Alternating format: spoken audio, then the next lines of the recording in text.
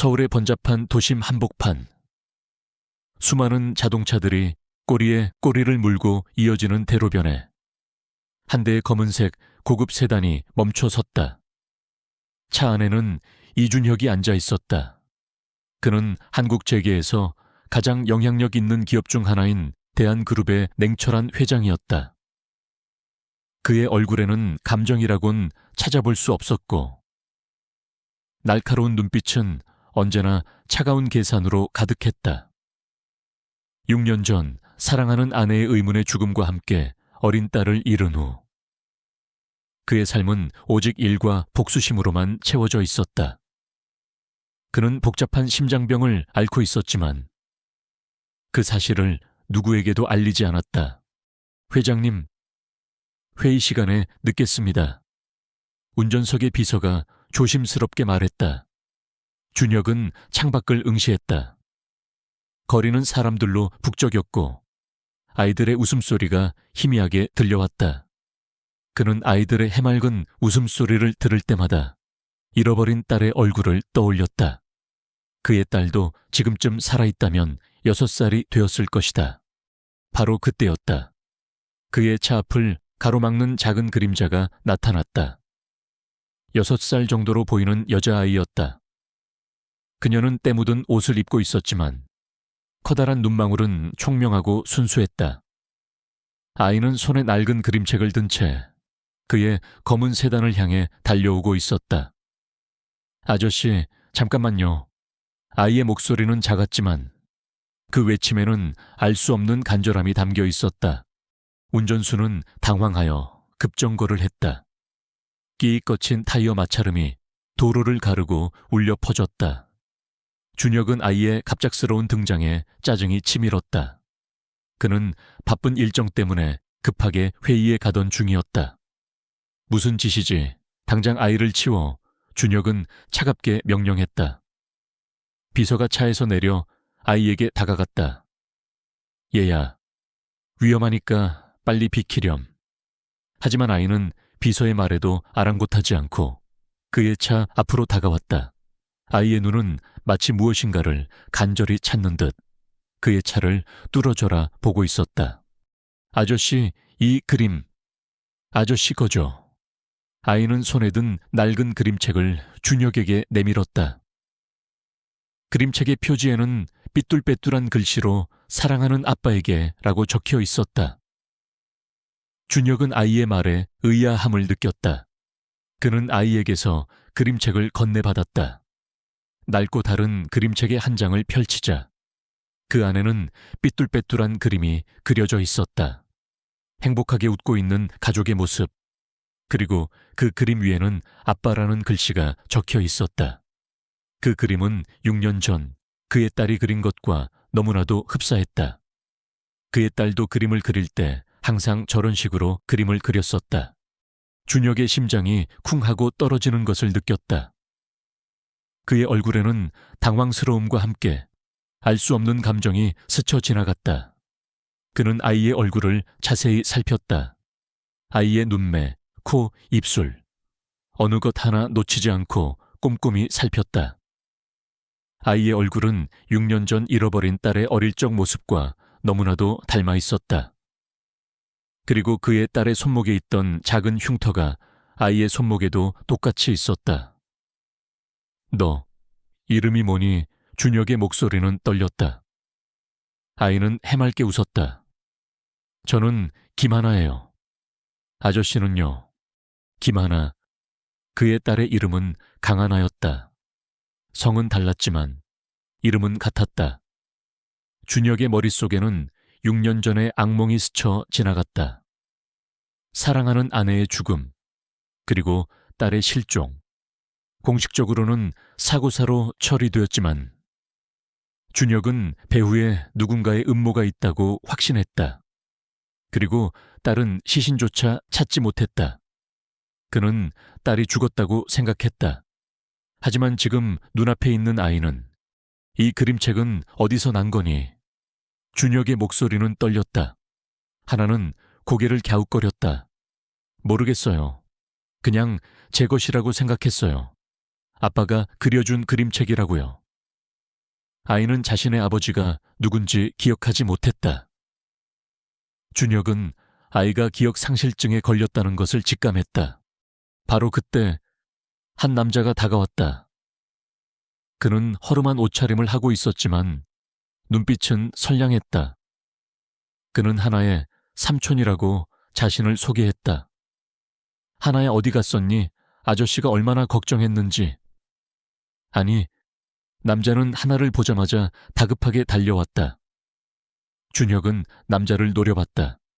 이 남자는 자신의 딸을 데리고 있는 것이었다. 이 아이는 내 딸이다. 준혁의 목소리는 차갑게 가라앉았다. 남자는 당황했다. 무슨 말씀이신지. 이 아이는 제가 돌보는 아이입니다. 김하나라고 합니다. 준혁은 남자의 멱살을 잡았다. 내 딸의 이름을 함부로 부르지 마. 내 딸의 이름은 강하나야. 6년 전 실종된 내 딸이야. 남자는 준혁의 격한 반응에 당황했다. 저는 정말 모릅니다. 이 아이는 제가 우연히 길에서 발견해서 돌보고 있는 아이입니다. 현주는 남자의 눈을 깊이 들여다봤다. 남자의 눈은 진실을 말하고 있었다. 그는 정말 모르는 듯했다. 준혁은 하나를 자신의 채 태웠다. 그리고 그 남자에게 말했다. 이 아이는 내가 데려간다. 이 아이의 진짜 부모를 찾아내겠다. 그리고 네가 이 아이를 데리고 있었다는 사실을 조사할 것이다. 남자는 저항할 수 없었다. 그는 준혁의 눈빛에서 나오는 엄청난 위압감에 압도되었다. 준혁은 하나를 데리고 집으로 향했다. 그의 집은 넓고 호화로웠지만 지난 6년간 그의 삶은 고독했다. 하지만 이제 그의 삶에 작은 아이가 들어왔다. 그녀의 존재는 그의 얼어붙었던 마음에 희미한 온기를 불어넣는 듯했다. 하나야, 이제부터 아저씨랑 같이 살자. 아저씨가 너의 진짜 아빠를 찾아줄게. 준혁은 하나의 작은 손을 잡았다. 하나는 해맑게 웃었다. 내 아저씨랑 같이 살고 싶어요. 하나는 자신의 옆에 앉은 준혁의 손을 꽉 잡았다. 그녀는 알 수 없는 편안함과 안정감을 느꼈다. 그러나 준혁의 마음속에는 의심이 가득했다. 그의 딸이 어떻게 살아남았을까? 그리고 누가 그녀를 데리고 있었던 것일까? 그의 머릿속에는 6년 전 아내의 죽음과 딸의 실종을 둘러싼 음모가 떠올랐다. 그의 동생인 최민우가 그 사건의 배후에 있을 가능성이 높았다. 민우는 준혁의 아버지를 죽음으로 몰아넣고 그룹의 모든 것을 차지하려 했던 인물이었다. 민우는 준혁의 아버지의 지분 51%를 불법적으로 빼돌려 그룹의 실권을 장악하려 했다. 민우는 준혁의 아버지와 같은 병으로 죽음을 위장했지만 민주는 그 사실을 알지 못했다. 민주는 자신의 아버지와 민우가 같은 심장병으로 인해 죽음을 위장하여 자신에게 모든 권력을 물려주고 싶어 했다는 사실을 꿈에도 알지 못했다. 민우는 준혁을 그룹의 진정한 후계자로 만들고 싶었고 그의 죽음은 사실 이 모든 것을 위한 계획이었다. 준혁의 넓고 호화로운 펜트하우스는 지난 6년간 차가운 공기로 가득 차 있었다. 아내의 죽음과 딸의 실종 이후 그의 삶은 오직 일과 복수심으로만 채워져 있었다. 하지만 이제 김하나라는 작은 아이의 존재가 그 공간에 따뜻한 온기를 불어넣고 있었다. 지아가 뛰어놀고 웃는 소리는 준혁의 얼어붙었던 마음을 조금씩 녹여갔다. 그는 지아의 작은 손을 잡고 밤늦도록 그림책을 읽어주었고 그녀가 좋아하는 동요를 함께 불렀다. 아저씨, 이 그림은 왜 이렇게 슬퍼 보여요?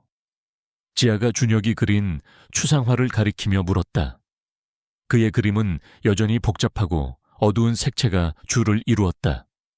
준혁은 지아의 질문에 잠시 침묵했다. 아저씨 마음이 아직 완전히 편하지 않아서. 그래, 하지만 지아와 함께 있으면 조금씩 괜찮아지는 것 같아.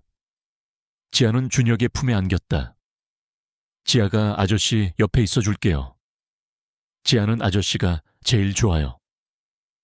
지아의 순수한 위로에 준혁의 마음속에 남아있던 냉기가 조금씩 녹아내렸다. 그는 지아의 존재가 자신의 삶에 어떤 의미를 지니는지 깨닫기 시작했다. 그녀는 그가 잃어버렸던 인간적인 온기를 다시 일깨워주는 존재였다. 준혁은 지아의 정체에 대한 확신을 굳혀갔다. 지아의 손목에 있는 작은 흉터는 그의 딸과 똑같았고, 그녀가 즐겨 그린 그림 스타일도 그의 딸의 그것과 판박이었다. 하지만 그는 6년 전 사고의 진실과 딸이 어떻게 살아남아 그 남자 하나의 삼촌이라고 불렀던 와 함께 있게 되었는지 알아내야 했다. 준혁은 대한그룹의 모든 정보망을 총동원하여 지아의 배경과 6년 전 사고의 진실을 파헤치기 시작했다. 그는 자신의 비서인 박 비서에게 지시했다.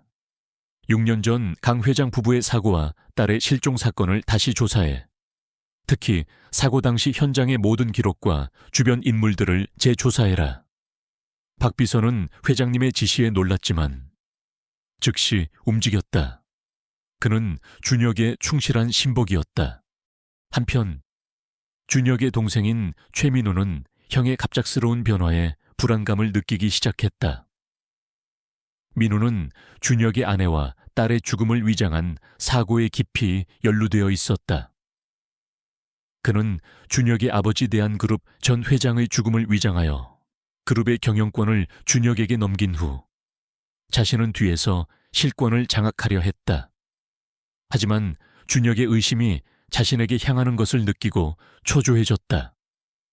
민우는 준혁의 딸이 살아있을 가능성을 의심하기 시작했다. 민우는 대한그룹의 부회장 자리에 앉아 자신의 권력을 강화하고 있었다. 그는 그룹 내의 모든 핵심 부서를 장악하고 자신의 신복들을 요직에 앉혔다. 겉으로는 그룹을 확장하는 듯 보였지만 실상은 그룹의 자산을 빼돌리고 불법적인 사업에 투자하며 사익을 챙기고 있었다.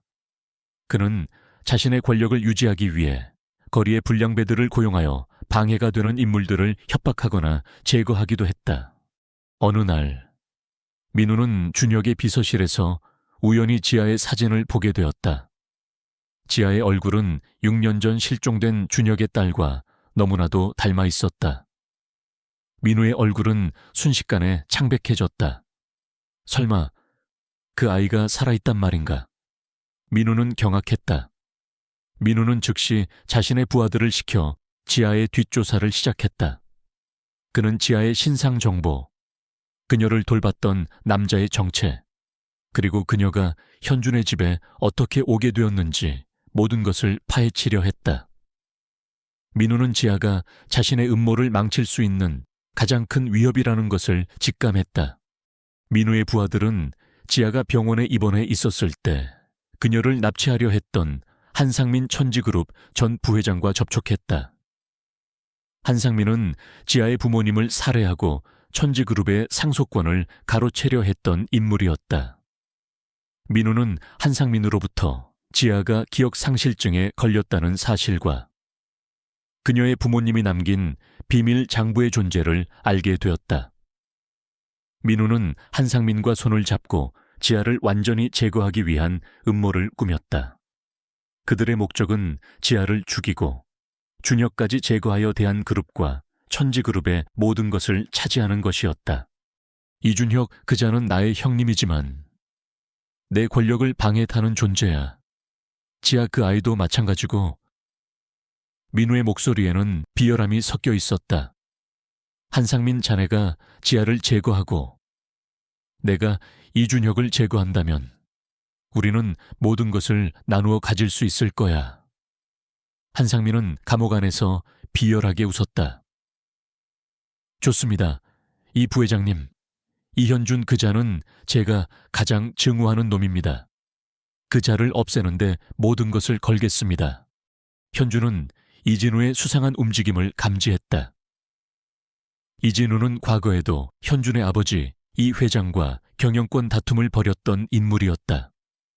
현준은 그가 아버지의 죽음에 간접적으로 연루되어 있을 가능성도 배제하지 않았다. 그는 이진우의 뒤를 쫓기 시작했다. 한편 현준의 집에서 지아는 새로운 생활에 적응하고 있었다. 그녀는 현준의 따뜻한 보살핌 속에서 조금씩 웃음을 되찾았지만 여전히 기억이 돌아오지 않는 것에 대한 막연한 불안감을 느꼈다. 그녀는 가끔씩 알 수 없는 악몽에 시달렸고 꿈속에서 잔인한 얼굴과 끔찍한 사고 장면이 스쳐 지나갔다. 어느 날 밤 지아는 잠결에 무서워, 아빠, 엄마라고 중얼거렸다. 그녀는 몸을 떨며 울고 있었다. 현주는 지아의 울음소리에 잠에서 깨어나 그녀를 품에 안았다. 지아, 괜찮아. 아저씨가 옆에 있어. 현주는 지아의 등을 토닥이며 그녀를 진정시켰다. 지아는 현준의 품에 안겨 진정했지만 그의 마음속에는 지아의 악몽이 과거의 사고와 관련이 있을지도 모른다는 생각에 불안감이 커져갔다. 그는 지아의 잃어버린 기억을 되찾아주는 것이 그녀를 완전히 치유하는 방법이라는 것을 직감했다. 민우는 지아가 현준의 집에 있다는 것을 확인한 후 그녀를 납치하기 위한 계획을 세웠다.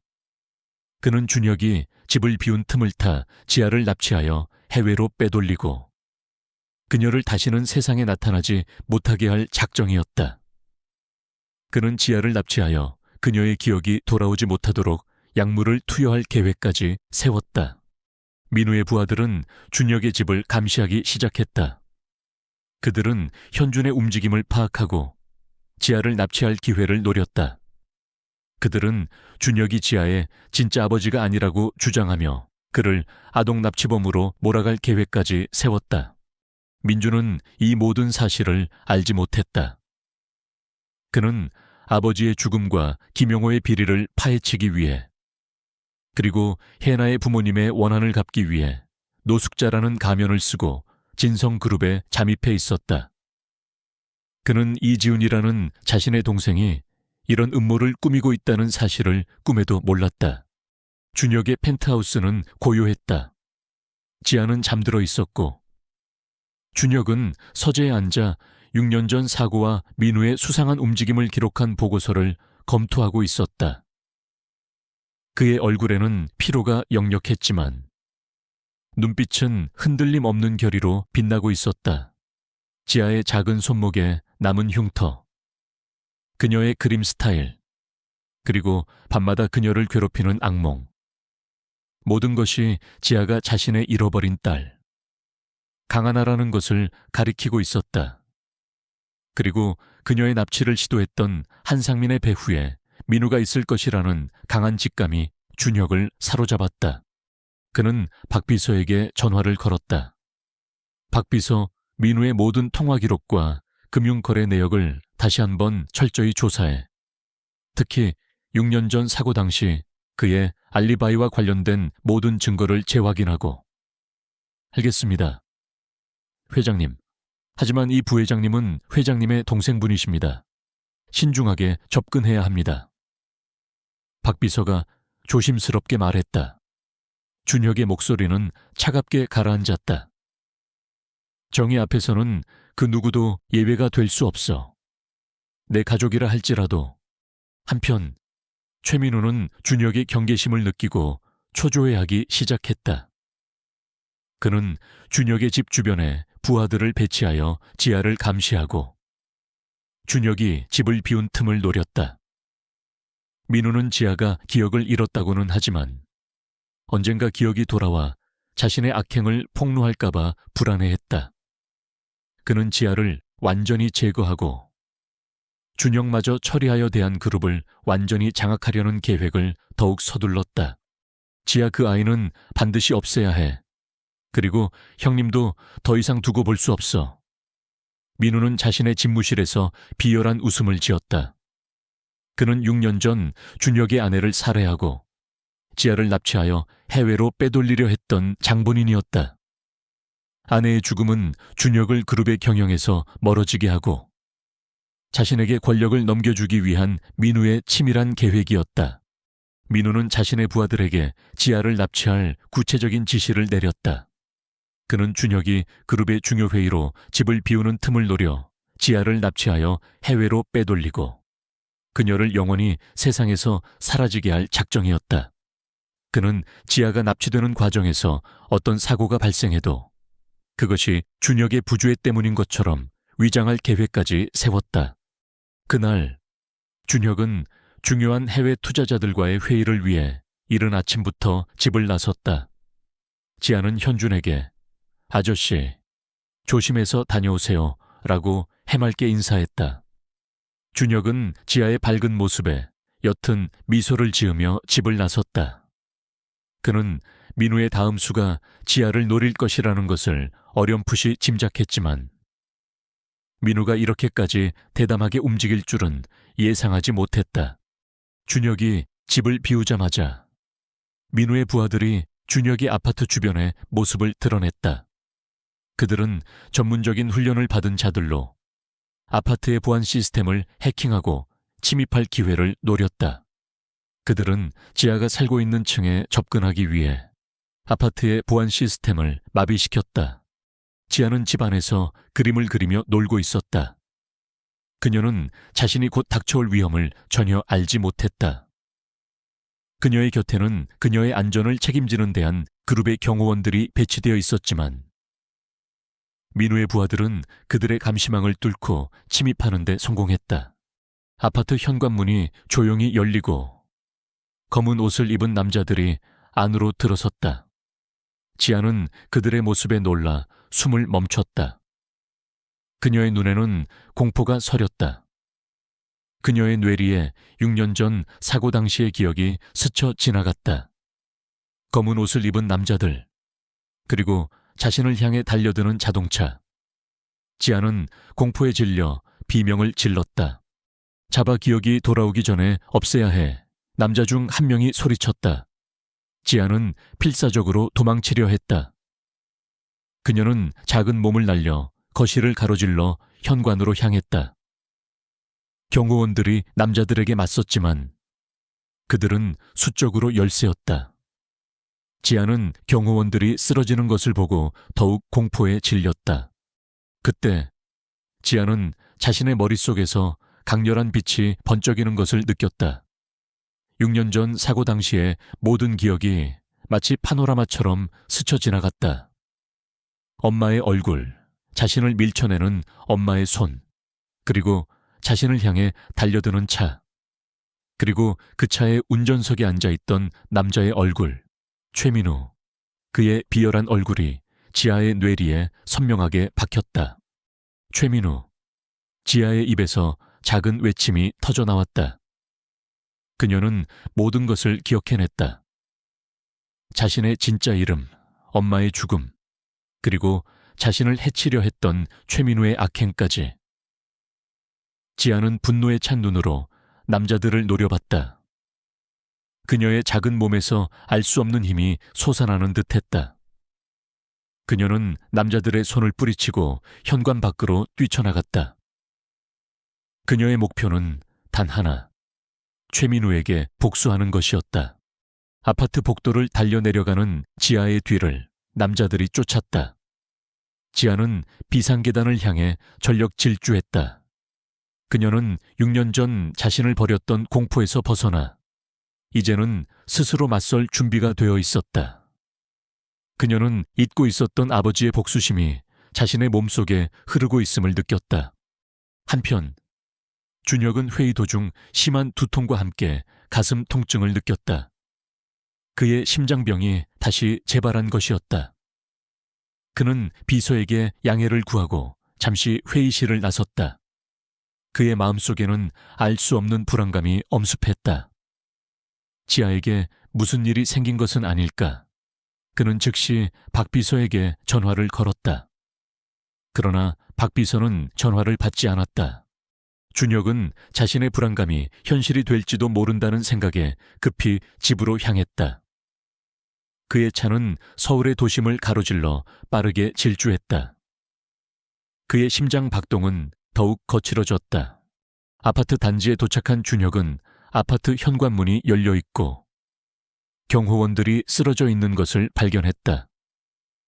그는 자신의 불안감이 현실이 되었음을 직감했다. 그는 아파트 안으로 뛰어들어갔다. 지아지아, 준혁의 목소리가 아파트 복도에 울려 퍼졌다. 그때 아파트 비상계단에서 지아가 뛰쳐나왔다. 그녀의 얼굴은 흙먼지로 뒤덮여 있었지만 그녀의 눈빛은 강렬하게 빛나고 있었다. 그녀의 뒤를 최민우의 부하들이 쫓고 있었다. 지아 준혁은 지아를 향해 달려갔다. 지아는 준혁의 품에 안겼다. 아빠, 지아가 다 기억났어요. 최민우, 그자가 엄마를 죽이고 저를. 지아의 목소리는 분노와 슬픔으로 떨렸다. 준혁은 지아의 말을 듣고 충격을 받았다. 지아가 모든 것을 기억해냈다니. 그리고 최민우가 그의 아내를 죽였다니. 준혁의 얼굴은 순식간에 차갑게 굳어졌다. 그의 눈빛은 맹수처럼 살벌하게 변했다. 그는 지아를 품에 안은 채 최민우의 부하들을 노려봤다. 내 놈들이 감히 내 딸을. 준혁의 목소리는 낮고 위협적이었다. 최민우의 부하들은 준혁의 살벌한 눈빛에 순간적으로 움찔했다. 그들은 준혁이 단순한 재벌 총수가 아니라 어떤 거대한 분노를 품고 있다는 것을 직감했다. 그때 민우가 비상계단에서 걸어 내려왔다. 그의 얼굴에는 비열한 웃음이, 그의 눈빛에는 오만이 서려 있었다. 그는 지아가 모든 것을 기억해냈다는 사실을 알지 못했다. 형님, 제 부하들이 좀 과하게 행동했나 보군요. 하지만 걱정 마세요. 지아는 이제 제 손 안에 있습니다. 민우는 비열하게 웃었다. 준혁은 지아를 뒤로 숨기고 민우를 향해 한 걸음 다가섰다. 그의 얼굴은 분노로 일그러져 있었다. 최민우, 내 놈이 내 아내를 죽였단 말이지. 준혁의 목소리는 차갑게 가라앉았다. 민우는 준혁의 말에 놀랐다. 무슨 소리야, 형수님의 죽음은 사고였어. 그리고 지아는 내가 잘 보호하고 있었잖아. 개소리 마라. 지아가 모든 것을 기억해냈다. 내 놈의 모든 악행이 만천에 드러날 것이다. 준혁의 목소리는 분노로 떨렸다. 민우의 얼굴은 순식간에 창백해졌다. 지아가 모든 것을 기억해냈다니. 그의 완벽한 계획이 물거품이 되는 순간이었다. 그는 공포에 질려 준혁을 노려봤다. 내 놈을 죽여버릴 거야. 민우는 그렇게 외치며 준혁에게 달려들었다. 최민우는 광기에 찬 눈으로 이준혁에게 달려들었다. 그의 얼굴은 공포와 분노로 일그러져 있었고 손에는 숨겨두었던 단검이 번뜩였다. 준혁은 지아를 품에 안은 채 민우의 공격을 피했다. 그의 심장병은 격렬한 감정의 소용돌이 속에서 더욱 거칠게 박동했지만 딸을 지켜야 한다는 본능이 그를 움직였다.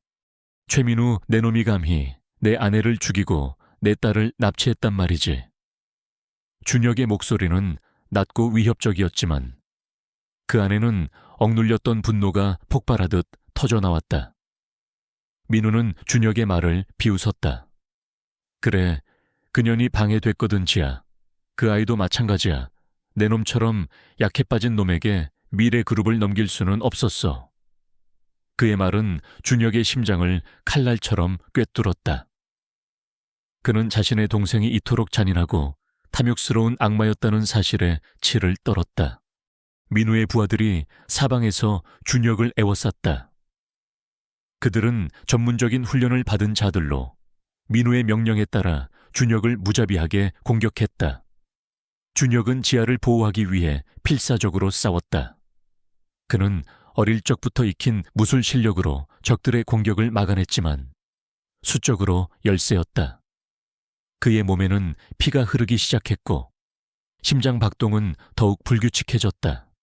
아빠, 지아가 준혁의 품에서 울부짖었다. 그녀는 모든 것을 기억해냈다. 엄마의 죽음, 최민우의 비열한 얼굴, 그리고 자신을 죽이려 했던 남자들. 그녀의 작은 마음속에는 공포와 함께 최민우에 대한 깊은 증오가 싹텄다.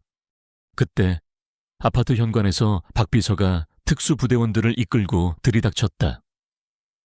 그들은 준혁의 비상호출을 받고 즉시 출동한 것이었다. 박 비서는 민우의 부하들을 향해 맹렬하게 공격했고 특수부대원들은 일사불란하게 움직이며 적들을 제압했다. 회장님 괜찮으십니까? 박 비서가 준혁에게 달려왔다. 준혁은 지아를 박 비서에게 넘겨주었다. 지아를 안전한 곳으로. 박 비서가 지아를 데리고 물러나자 준혁은 다시 민우를 향해 몸을 돌렸다. 그의 얼굴에는 더 이상 피로의 흔적이 없었다. 오직 복수심과 정의감만이 불타올랐다. 최민우, 이제 너와 나의 싸움이다. 준혁의 목소리는 차갑게 가라앉았다. 민우는 준혁의 변모한 모습에 놀랐지만 그는 최후의 발악을 했다. 그는 자신의 주머니에서 작은 리모컨을 꺼내 버튼을 눌렀다. 이준혁 내 놈이 이겼다고 생각하나 미래그룹은 곧 불바다가 될 거야. 민우가 비열하게 웃었다. 준혁은 민우의 말에 충격을 받았다. 민우가 미래그룹의 핵심 서버에 폭탄을 설치한 것이었다. 그의 심장 박동이 더욱 거칠어졌다. 그는 이대로 가면 미래그룹뿐만 아니라 수많은 무고한 생명까지 위험에 처할 수 있다는 것을 알았다. 그는 즉시 박 비서에게 폭탄 해체 전문가들을 호출하도록 지시했다. 젠장, 시간이 없어. 준혁은 민우를 제압하고 폭탄의 위치를 알아내려 했다. 민우는 준혁에게 맹렬하게 달려들었다. 그의 눈에는 광기가 서려 있었다. 그는 준혁을 죽이고 자신이 모든 것을 차지하려 했다. 두 사람의 싸움은 격렬했다. 준혁은 민우의 공격을 피하며 그의 약점을 노렸다. 그는 민우의 심장병이라는 약점을 알고 있었다. 그때 준혁의 뇌리에 아버지의 마지막 모습이 스쳐 지나갔다. 아버지는 민우의 심장병을 고치기 위해 모든 노력을 다했지만 민우는 아버지의 사랑을 배신하고 그의 뒤통수를 쳤다. 준혁은 아버지의 복수를 위해 그리고 미래그룹을 지키기 위해 이 싸움에서 반드시 이겨야 했다. 내 놈은 아버지의 사랑을 배신한 천하의 역적이다. 준혁은 민우의 팔을 꺾고 그를 바닥에 내던졌다. 민우는 고통에 신음했지만 그는 여전히 비열한 미소를 지었다. 나는 아버지의 뜻을 따른 것뿐이야. 아버지는 내 놈처럼 약한 놈에게 미래그룹을 맡기고 싶어 하지 않았어. 준혁은 민우의 말에 분노했다. 개소리 마라. 아버지는 너를 사랑했고 너를 살리고 싶어 하셨다. 내 놈의 탐욕이 아버지를 죽음으로 몰아넣은 거야. 준혁은 민우의 멱살을 잡고 폭탄의 위치를 캐물었다. 민우는 끝까지 저항했지만 준혁의 강인함에 결국 굴복했다. 그는 폭탄이 미래그룹 본사 지하 서버실에 설치되어 있다고 털어놓았다. 폭탄 해체까지 남은 시간은 10분이었다. 준혁은 즉시 박 비서에게 폭탄 해체 전문가들을 서버실로 보내도록 지시했다. 그리고 자신도 서둘러 서버실로 향했다. 그의 심장 박동은 더욱 거칠어졌고 그의 얼굴은 창백하게 질려 있었다. 하지만 그는 포기하지 않았다. 지아와 미래그룹, 그리고 아버지의 유지를 지키기 위해 그는 마지막까지 싸울 각오였다. 서버실에 도착한 준혁은 폭탄 해체 전문가들이 폭탄을 해체하고 있는 것을 발견했다. 폭탄 타이머는 5분을 가리키고 있었다. 시간이 촉박했다. 민우는 폭탄의 이중 잠금 장치를 설치하여 해체를 어렵게 만들었다. 준혁은 직접 폭탄 해체 작업에 뛰어들었다. 그의 천재적인 지식과 빠른 판단력은 전문가들을 능가했다. 그는 민우가 심어놓은 모든 함정을 간파하고 폭탄 해체 작업을 빠르게 진행했다. 회장님 위험합니다. 이 폭탄은 매우 복잡합니다. 폭탄 해체 전문가가 외쳤다. 준혁은 전문가의 말을 무시하고 마지막 선을 끊으려 했다. 그때 민우의 부하들이 서버실로 들이닥쳤다. 그들은 민우의 마지막 명령을 수행하기 위해 준혁을 제거하려 했다. 준혁은 폭탄 해체와 동시에 적들의 공격을 막아내야 하는 절체절명의 위기에 처했다. 그의 심장 박동은 더욱 거칠어졌고 그의 시야는 흐려지기 시작했다. 그는 자신의 목숨이 위태롭다는 것을 직감했다. 하지만 그는 포기하지 않았다. 지아의 얼굴, 아버지의 미소, 그리고 미래 그룹의 미래가 그의 눈앞에 스쳐 지나갔다. 이앗 준혁은 마지막 힘을 짜내어 부하들을 제압하고 동시에 폭탄의 마지막 선을 끊었다. 삑 폭탄 타이머는 원룡이온콩으로 멈췄고 폭발은 면했다. 준혁은 안도의 한숨을 내쉬었다. 그 순간 그의 몸의 모든 힘이 빠져나가는 것을 느꼈다. 그는 바닥에 쓰러졌다. 그의 심장이 고통스럽게 죄어왔다. 회장님, 박 비서가 준혁에게 달려왔다. 그는 준혁의 창백한 얼굴을 보고 경악했다. 준혁은 힘겹게 눈을 떴다. 그의 시야는 흐릿했지만 그의 눈빛은 흔들림 없었다. 괜찮다. 폭탄은 해체했다. 준혁은 힘겹게 말했다. 박 비서는 즉시 준혁을 병원으로 옮겼다. 준혁은 심장병으로 인해 위독한 상태였다.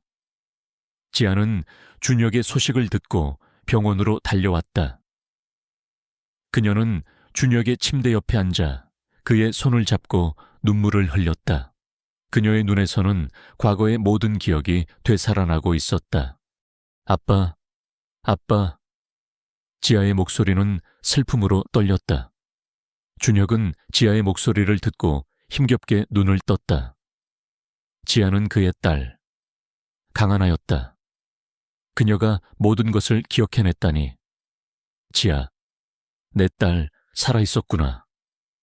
준혁의 목소리는 희미했지만 그 안에는 깊은 사랑과 안도가 담겨 있었다. 지아는 준혁의 손을 잡고 그의 얼굴에 자신의 뺨을 비볐다. 아빠, 미안해요. 지아가 너무 늦게 기억해냈어요. 준혁은 지아의 머리를 쓰다듬었다. 그는 모든 것을 이겨냈다. 아버지의 복수도, 미래 그룹의 위기도, 그리고 딸을 되찾는 것까지. 그는 이제 평화로운 휴식을 취할 수 있을 것 같았다. 하지만 그의 심장은 점점 더 약해지고 있었다. 병실의 공기는 팽팽한 긴장감과 절박함으로 가득했다. 이준혁은 창백한 얼굴로 침대에 누워 있었고 그의 심장 박동은 미약하게 이어지고 있었다. 지아는 그의 손을 꼭 잡고 흐느꼈다. 6년 전의 모든 기억이 되살아난 그녀의 눈에는 엄마를 잃고 아빠마저 잃을지도 모른다는 공포가 가득했다. 그녀의 작은 어깨는 슬픔에 떨리고 있었다. 아빠, 지아가 너무 늦게 기억해내서 미안해요. 지아의 목소리는 오열에 잠겨 있었다. 준혁은 힘겹게 눈을 떴다. 지아의 눈동자를 보며 옅은 미소를 지었다. 아니야, 지아, 괜찮아. 아빠는 괜찮아. 그의 목소리는 희미하게 끊어졌다. 그는 더 이상 말을 이을 힘이 없었다. 박 비서가 급히 의사를 호출했다. 의사는 준혁의 상태를 살피며 심각한 표정을 지었다. 회장님, 심장 기능이 급격히 저하되고 있습니다. 더 이상 버티기 힘드실 것 같습니다. 지금 당장 심장 이식 수술을 받지 않으면 위험합니다. 의사의 목소리는 절박했다. 그러나 준혁의 심장병은 희귀한 유형이었고 적합한 기증자를 찾기란 하늘의 별 따기만큼 어려웠다. 이미 수년 동안 기증자를 기다렸지만 찾지 못했던 상황이었다. 지아는 의사의 말을 듣고 절규했다. 그녀는 아빠를 잃을 수 없었다. 그녀의 마음속에는 6년 전 엄마를 잃었던 고통이 다시 밀려왔다. 그녀는 준혁의 손을 붙잡고 울부짖었다. 아빠 안 돼요. 지아 아빠 없으면 안 돼요, 아빠. 준혁은 지아의 작은 손을 힘겹게 잡았다. 지아, 아빠는 널 사랑해. 그의 눈빛은 지아를 향한 깊은 사랑을 담고 있었다. 그리고 그의 손은 서서히 힘을 잃어갔다. 그때 병실 문이 열리고 최민우가 나타났다. 그의 얼굴은 피로에 젖어 있었지만 그의 눈빛은 광기로 번득였다. 그는 방금 경찰 조사를 마치고 준혁을 만나기 위해 병원으로 달려온 것이었다. 그는 준혁의 심장병을 알고 있었고 이 순간을 기다렸던 것이다. 형님, 이제 모든 게 끝났어. 내가 이겼다고. 민우는 비열하게 웃었다. 지아는 민우의 목소리에 몸을 떨었다. 그녀는 최민우를 향해 달려들려 했지만 박 비서가 그녀를 붙잡았다. 내 놈, 감히.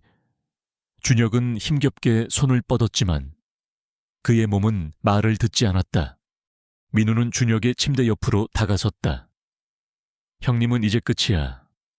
미래그룹도 이제 내 것이 될 거야. 내가 아버지의 진정한 후계자다. 민우는 준혁을 비웃으며 말했다. 그러나 그 순간 민우의 얼굴에서 비열한 웃음이 사라졌다. 그의 가슴을 짓누르는 듯한 통증이 시작된 것이었다. 민우는 고통에 신음하며 가슴을 움켜쥐었다. 뭐야? 왜 이래? 민우의 얼굴은 창백하게 질려갔다. 의사가 민우의 상태를 확인했다. 심장마비, 급성 심부전입니다. 이대로는 위험합니다. 의사의 목소리는 다급했다. 민우 역시 준혁과 같은 희귀한 심장병을 앓고 있었던 것이다. 그리고 이 병은 스트레스와 극심한 감정 변화에 취약했다.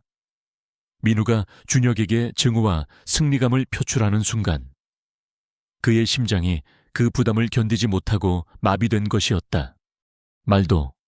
말도 안 돼. 내가 왜? 민우는 믿을 수 없다는 듯 자신의 손을 바라봤다. 그는 자신이 그토록 증오하던 형과 같은 병으로 죽어가고 있다는 사실에 절규했다. 준혁은 힘겹게 민우를 바라봤다. 그의 눈빛에는 연민과 함께 알 수 없는 슬픔이 깃들어 있었다. 동생이 이토록 비참하게 죽어가는 것을 보는 것은 그에게도 고통스러운 일이었다. 의료진은 민우에게 응급처치를 시도했지만 그의 상태는 빠르게 악화되었다. 그때 지아가 준혁의 침대에서 내려와 민우에게 다가갔다. 그녀의 작은 손이 민우의 떨리는 손에 닿았다. 아저씨는 왜 이렇게 됐어요? 지아의 눈빛에는 슬픔이 담겨 있었다. 민우는 지아의 손을 잡았다. 그의 눈에는 희미한 후회와 함께 알 수 없는 눈물이 흘러내렸다. 지아, 미안하다. 내가 잘못했어. 민우는 마지막 말을 남기고 의식을 잃었다. 그의 숨은 서서히 멎어갔다. 의료진은 민우의 죽음을 선고했다. 병실은 싸늘한 침묵에 잠겼다. 지아는 민우의 죽음에 눈물을 흘렸다. 그녀는 그가 자신과 엄마에게 저지른 악행을 기억했지만 동시에 그도 한때는 자신의 삼촌이었다는 것을 알았다. 민우의 죽음은 준혁의 심장병에 큰 영향을 미쳤다. 그는 동생의 죽음에 충격을 받았고 그의 심장 박동은 더욱 불규칙해졌다. 의사는 준혁에게 즉시 심장 이식 수술을 받아야 한다고 강조했다. 그러나 적합한 기증자는 여전히 나타나지 않았다. 그때 병원 복도에서 다급한 목소리가 들려왔다. 회장님, 기증자가 나타났습니다. 방금 사망한 환자와 심장 조직이 완벽하게 일치합니다. 그 말은 마치 한 줄기 빛처럼 준혁과 지아에게 희망을 안겨주었다. 그리고 그 기증자는 다름 아닌 최민우였다. 민우의 죽음은 준혁에게 새로운 생명을 선사한 것이다. 비록 그들의 관계는 증오와 복수로 얼룩졌지만 결국 민우의 심장은 준혁에게 새로운 삶을 안겨주었다. 준혁은 긴급 심장 이식 수술을 받았다. 수술은 성공적이었다. 준혁은 민우의 심장을 이식받아 새로운 생명을 얻었다. 지아는 수술실 앞에서 초조하게 기다렸고 준혁의 수술이 성공했다는 소식을 듣고 안도의 눈물을 흘렸다. 며칠 후 준혁은 병실에서 눈을 떴다. 그의 몸은 아직 약했지만 그의 심장은 힘차게 뛰고 있었다. 지아가 그의 침대 옆에 앉아 그의 손을 잡고 있었다. 아빠, 아빠. 지아는 기쁨에 겨워 준혁을 불렀다. 준혁은 지아의 머리를 쓰다듬었다. 지아, 아빠 괜찮아. 다 괜찮아. 그는 새로운 생명을 얻었다. 그리고 그 생명은 민우의 희생으로 얻은 것이었다. 준혁은 민우에 대한 복수심이 사라지고 복잡한 감정이 그의 마음을 지배하는 것을 느꼈다. 그는 이제 과거의 모든 것을 용서하고 새로운 삶을 시작할 준비가 되어 있었다. 준혁은 지아에게 민우의 죽음과 심장 이식에 대해 설명했다. 지아는 민우가 자신과 아빠에게 저지른 악행을 알고 있었지만 동시에 그의 죽음의 슬픔을 느꼈다. 그녀는 민우의 심장이 아빠의 몸속에서 뛰고 있다는 사실에 복잡한 감정을 느꼈다. 성진그룹과 천지그룹의 대회의실은 숨막히는 긴장감으로 가득 차 있었다. 전 세계 언론사 기자들과 두 그룹의 핵심 이사들이 자리를 메우고 있었고 그들의 시선은 단상에 선 이현준 회장에게 집중되어 있었다. 현준의 얼굴은 차갑게 굳어 있었지만 그의 눈빛은 흔들림 없는 결의로 불타오르고 있었다. 그의 옆에는 박 비서가 묵묵히 서 있었고 그의 뒤에는 지아가 그의 모습을 응원하듯 지켜보고 있었다. 지아의 어머니 또한 딸의 옆에서 현준을 지켜보며 긴장한 기색이 역력했다. 여러분, 오늘 이 자리는 성진그룹과 천지그룹이 겪었던 어두운 과거를 청산하고 새로운 미래를 선언하기 위한 자리입니다. 현준의 목소리는 회의실 전체에 울려 퍼졌다. 그의 목소리에는 단호함과 함께 비장함이 섞여 있었다. 그는 대형 스크린에 이진우와 한상민, 그리고 블랙크로우가 저지른 모든 악행의 증거를 띄웠다. 불법 자금 세탁, 주가 조작, 기술 탈취, 살인 교사, 그리고 자신의 아버지의 죽음과 관련된 충격적인 증거들. 모든 증거는 완벽했고 그들의 죄를 명백하게 증명했다. 이 모든 것은 이진우 상무와 한상민 전 회장, 그리고 그들의 공범인 국제범죄조직 블랙크로우의 수장 아레스가 꾸민 음모입니다.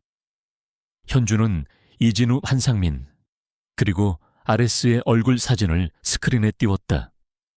그들은 자신들의 탐욕을 위해 무고한 사람들을 희생시키고 두 그룹을 파멸시키려 했습니다.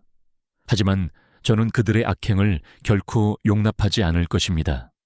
회의실은 술렁거렸다. 기자들은 연신 카메라 플래시를 터뜨렸고 이사들은 충격과 분노에 휩싸였다. 이진우와 한상민, 그리고 블랙크로우의 추악한 민낯이 만천에 드러나는 순간이었다. 그때 대회의실의 문이 갑자기 열리며 이진우와 한상민이 보디가드들을 대동하고 들어섰다. 그들은 기자들의 카메라와 현준의 시선에도 아랑곳하지 않고 당당하게 걸어 들어왔다. 이진우의 얼굴에는 비열한 웃음이, 한상민의 얼굴에는 차가운 오만이 서려 있었다. 이현준 내놈이 감히 이런 짓을 꾸몄단 말인가. 이진우는 현준을 향해 소리쳤다. 내놈의 아버지처럼 내놈도 곧 사라지게 될 거야. 현준은 이진우의 도발에 흔들림 없이 그를 똑바로 바라보았다. 사라지는 것은 너희가 될 것이다. 너희의 모든 죄는 이미 세상에 공개되었다. 한상민이 비웃었다. 고작 그런 증거들로 우리를 무너뜨릴 수 있다고 생각하나? 우리는 국제적인 조직과 연결되어 있다. 너희 같은 작은 기업과는 차원이 달라. 현주는 냉정하게 말했다. 작은 기업 나는 성진그룹과 천지그룹의 회장이다. 그리고 너희의 모든 불법적인 자산은 이미 동결되었다.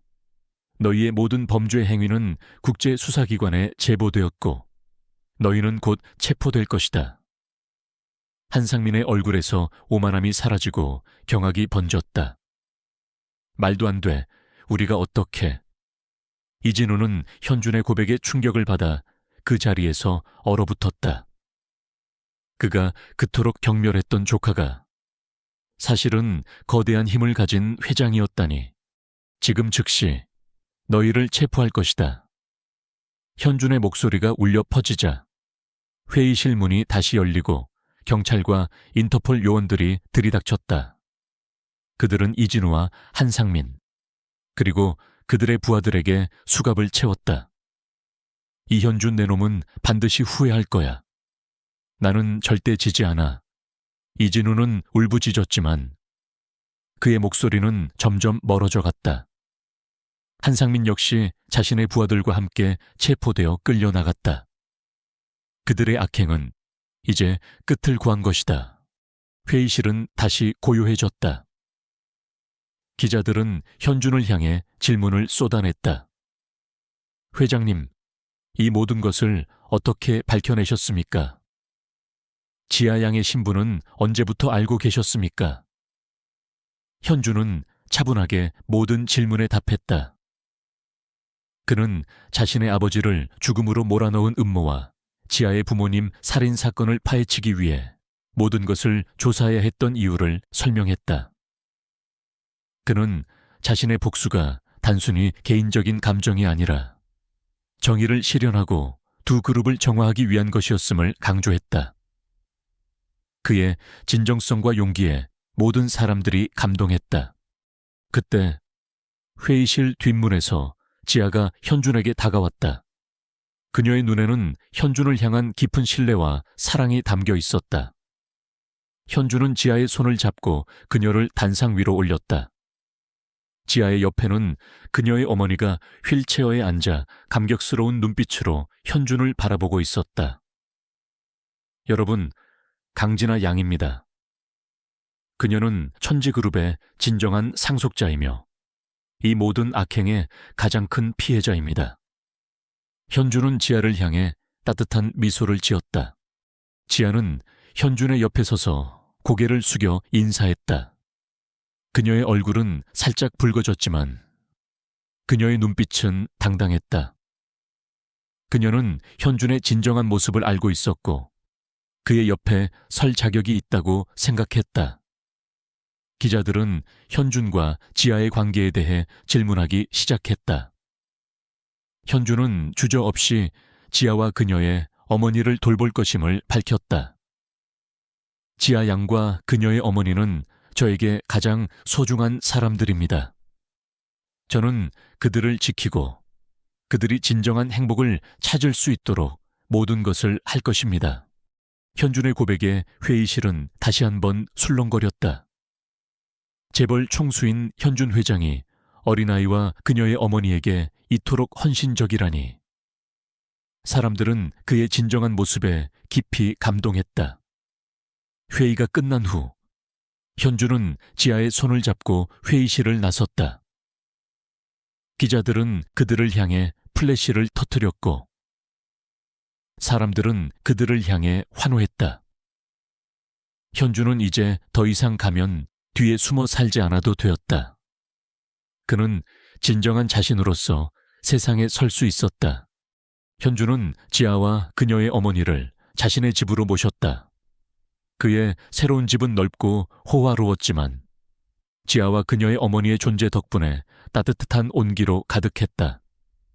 이제 모든 것이 끝났습니다. 지아, 아저씨, 아버지의 복수도, 너희 부모님의 복수도, 모든 것이 제자리를 찾았어. 현준은 지아를 품에 안고 속삭였다. 지아는 현준의 품에 안겨 그의 온기를 느꼈다. 아저씨, 정말 잘했어요. 아저씨가 지아를 지켜줬어요. 지아의 어머니도 눈물을 흘리며 현준에게 감사의 뜻을 전했다. 현준 씨, 정말 감사합니다. 제 딸을 살려주시고 저희 가족의 원한을 갚아주셨군요. 어머니, 괜찮습니다. 이제 모든 것이 다 잘 될 겁니다. 현준은 지아의 어머니에게 따뜻한 미소를 지었다. 그들은 오랫동안 잊고 있었던 평화와 안정을 되찾았다. 현준은 지아와 그녀의 어머니와 함께 새로운 삶을 시작했다. 그는 더 이상 과거의 상처에 얽매이지 않고 그들을 향한 사랑을 통해 진정한 행복을 찾아갔다. 그의 마음속에는 복수심 대신 그들에 대한 깊은 사랑과 미래에 대한 희망이 가득 차 있었다. 세월이 흘러 이현준은 성진그룹과 천지그룹을 세계적인 수준의 기업으로 성장시켰다. 그의 리더십 아래 두 그룹은 단순히 이윤을 추구하는 것을 넘어 사회적 책임을 다하고 인류에 공헌하는 기업으로 자리매김했다. 지아는 현준의 헌신적인 보살핌과 사랑 속에서 건강하고 밝은 아이로 성장했다. 그녀의 기억은 완전히 돌아오지 않았지만 현준과 그녀의 어머니, 그리고 새롭게 얻은 가족의 사랑 속에서 그녀는 과거의 그림자를 완전히 잊고 행복한 나날을 보냈다. 현준은 지아의 어머니에게도 따뜻한 가족이 되어주었다. 그녀는 딸과 함께 현준의 집에서 편안하고 안락한 삶을 살았다. 현준은 그녀를 자신의 어머니처럼 극진히 모셨고 그녀는 현준을 아들처럼 사랑했다. 그들은 혈연으로 맺어진 가족은 아니었지만 사랑과 신뢰로 뭉쳐진 진정한 가족이었다. 어느 맑은 봄날, 현준은 지아의 손을 잡고 강변을 산책했다. 지아는 현준의 옆에서 활짝 웃으며 제잘거렸다. 그녀의 웃음소리는 현준의 마음을 평화롭게 만들었다. 현준 아저씨, 이 꽃 정말 예쁘죠? 지아가 작은 야생화를 가리키며 말했다. 현준은 지아의 머리를 쓰다듬었다. 응, 지아처럼 예쁘네. 지아는 현준의 칭찬에 수줍게 웃었다. 그녀는 현준에게 모든 것을 의지했고 현준 또한 지아를 자신의 삶의 가장 소중한 존재로 여겼다. 현준은 지아가 성장하면서 자신의 재능을 발견하고 펼칠 수 있도록 모든 지원을 아끼지 않았다. 지아는 그림에 탁월한 재능을 보였고 현준은 그녀가 미술 교육을 받을 수 있도록 최고의 선생님들을 붙여주었다. 지아는 현준의 지원 덕분에 자신의 꿈을 키워나갈 수 있었다. 한편 감옥에 수감된 이진우와 한상민, 그리고 블랙크로우의 수장 아레스는 그들의 모든 죄를 뉘우치기는커녕 여전히 현준과 지아에게 복수할 날만을 꿈꿨다. 하지만 그들의 꿈은 영원히 이루어지지 않을 것이었다. 그들의 악행은 세상에 모두 폭로되었고 그들은 법의 심판을 받아 마땅한 대가를 치렀다. 그들의 존재는 더 이상 현준과 지아의 삶에 어떤 위협도 되지 못했다. 현준은 과거의 아픔을 잊지 않았지만 그것에 얽매이지도 않았다. 그는 자신의 경험을 통해 진정한 가치는 물질적인 부나 권력이 아니라 사랑, 가족, 그리고 나눔이라는 것을 깨달았다. 그는 성진그룹과 천지그룹을 통해 이러한 가치들을 사회에 전파하며 더욱 따뜻하고 정의로운 세상을 만들기 위해 노력했다. 그는 두 그룹의 회장으로서 수많은 사회공헌 프로젝트를 추진했고 그의 노력은 많은 사람들에게 희망과 용기를 주었다. 어느덧 지아가 고등학생이 되었다. 그녀는 밝고 건강한 소녀로 성장했고 여전히 현준을 현준 아저씨라고 부르며 따랐다. 그녀는 미술 실력으로도 두각을 나타내어 여러 미술 대회에서 수상하기도 했다. 지아는 현준에게 자신의 꿈에 대해 이야기했다. 현준 아저씨, 저는 나중에 아저씨처럼 사람들에게 희망을 주는 그림을 그리고 싶어요. 그리고 아저씨처럼 세상에 좋은 영향을 미치고 싶어요. 현주는 지아의 말에 가슴이 뭉클했다. 그는 지아의 꿈을 지지하며 그녀가 원하는 모든 것을 이룰 수 있도록 도울 것이라고 약속했다. 현주는 지아가 성인이 되었을 때 천지그룹의 모든 상속권을 그녀에게 돌려주었다. 지아는 천지그룹의 진정한 주인이 되었고 그녀는 현준에게 감사의 눈물을 흘렸다. 현준 아저씨, 정말 감사합니다. 아저씨가 없었다면 저는 아무것도 아니었어요. 현준은 지아의 머리를 쓰다듬었다. 지아는 혼자가 아니야. 아저씨가 항상 옆에 있어줄게. 지아는 천지그룹의 회장이 되었지만 그녀는 현준에게 경영을 계속 맡겼다. 그녀는 현준을 자신의 가장 신뢰하는 사람으로 여겼고 현준 또한 지아를 딸처럼 아끼고 사랑했다. 그들은 완벽한 파트너였다. 어느 맑은 가을날 현준은 지아의 어머니와 함께 호숫가에 앉아 평화로운 시간을 보냈다. 호수 위로는 백조들이 우아하게 미끄러져 가고 있었다. 어머니, 이제 모든 것이 다 잘 됐습니다. 현준이 지아의 어머니의 손을 잡으며 말했다. 지아의 어머니는 현준의 손을 따뜻하게 잡았다. 현준 씨, 정말 고맙습니다. 당신은 제 딸에게 새로운 삶을 주셨고 저에게도 진정한 가족이 되어주셨습니다.